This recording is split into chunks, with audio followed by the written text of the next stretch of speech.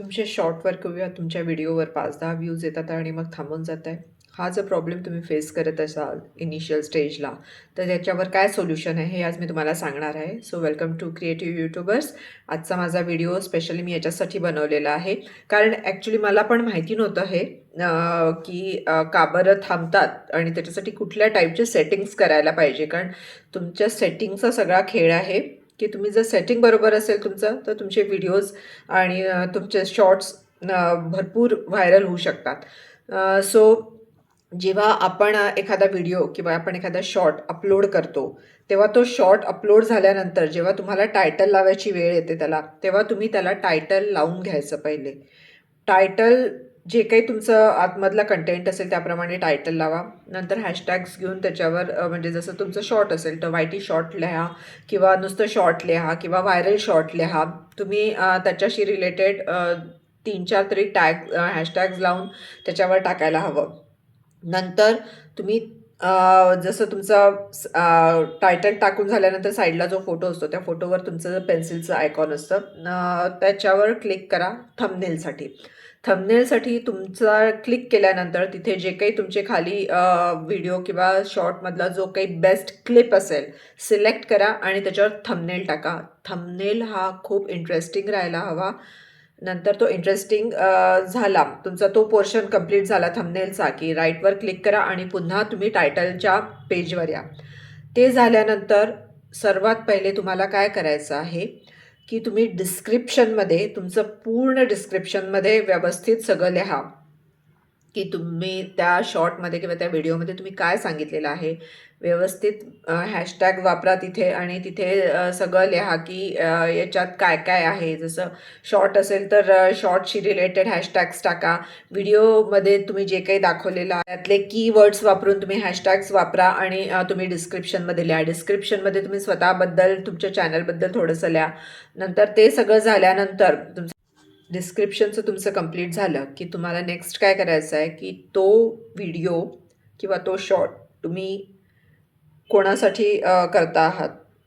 किड्ससाठी की not for kids? हे 2 जे ऑप्शन्स दिलेले आहेत ते खूप महत्त्वाचे आहेत. खूप लोकं हे ऑप्शन्सला इग्नोर करतात.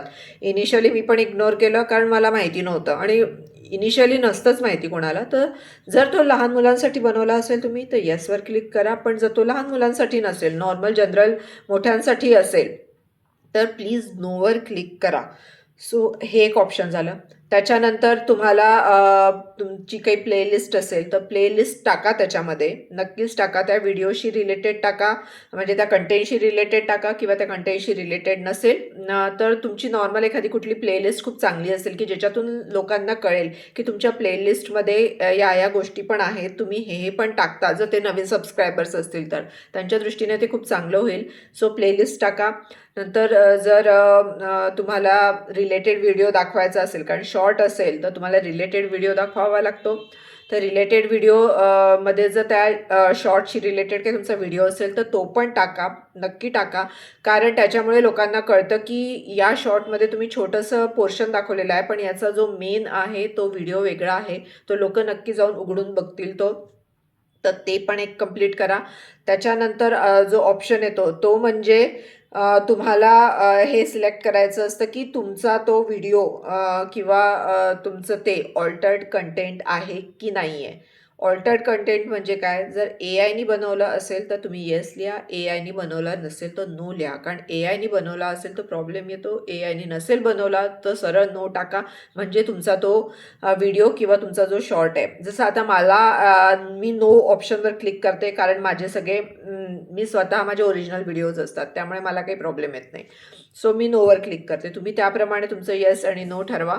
त्याच्यानंतर हे सगळे ऑप्शन्स झाल्यानंतर तुमचं लोकेशनवालं ऑप्शन असतं. लोकेशन तुम्हाला जर इच्छा असेल तर लोकेशन या ऑप्शनवर टाका तुम्ही, की तुम्ही कुठल्या स्टेटला किंवा कुठल्या शहरात राहता तुम्ही ते टाकू शकता. नसेल टाकायचं तर नाही पण टाकू शकता. असं काही जबरदस्तीने पण जर टाकायची इच्छा असेल, लोकांना कळावं की तुम्ही कुठे राहता, तर तुम्ही नक्की टाका. आणि त्याच्यानंतर सर्वात मेन, हे सगळे ऑप्शन्स तुमचे भरून झाले, की त्याच्यानंतर सर्वात शेवटी आपण जे जनरल लोकं, मी पण चुका केल्या आहे अनेक महिने, रादर आत्तापर्यंत मी या चुका केलेल्या आहेत, की तो तुम्ही डायरेक्टली पब्लिक करायचा नाही. त्याच्या मागचं कारण काय आहे? जेव्हा आपण एखादा व्हिडिओ किंवा एखादा शॉर्ट अपलोड करतो, तेव्हा आपल्याला तो शॉर्ट किंवा तो व्हिडिओ यूट्यूबला समजण्यासाठी थोडा वेळ द्यावा लागतो. का बरं वेळ द्यावा लागतो?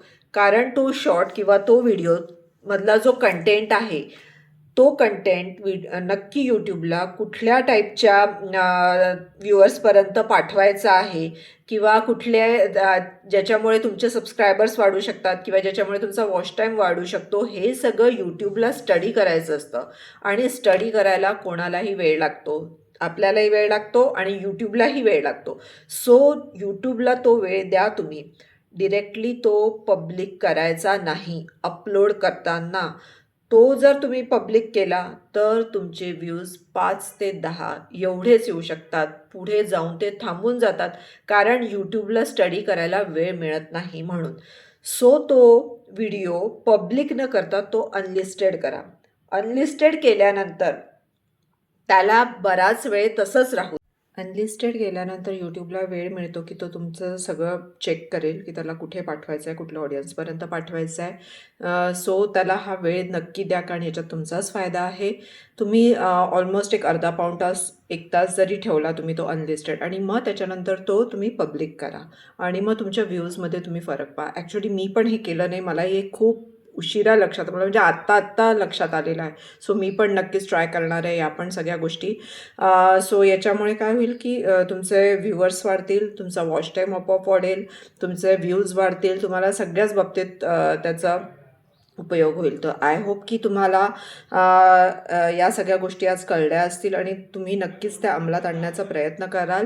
आणि तुमचे जे व्ह्यूज कमी झालेले आहेत किंवा थांबून जातात आहे, कमी झाल्यापेक्षा ते थांबून जातात आहे 10, 12, 15पर्यंत, तर ते नक्कीच तुमचे वाढण्यात तुम्हाला मदत होईल. सो जर तुम्हाला माझा आजचा व्हिडिओ आवडला असेल तर माझ्या व्हिडिओला लाईक करा, माझं चॅनल नक्की सबस्क्राईब करा, की जेणेकरून तुम्हाला माझे येणाऱ्या व्हिडिओजबद्दल नोटिफिकेशन्स येतील. आणि माझ्या आधीचे पण व्हिडिओज बघा, ज्याच्यातून तुम्हाला खूप छान छान टिप्स मिळतील आणि तुम्हाला त्याचा उपयोग तुमच्या चॅनलसाठी ग्रो करण्यासाठी नक्कीच होईल. So thank you so much for watching and bye bye.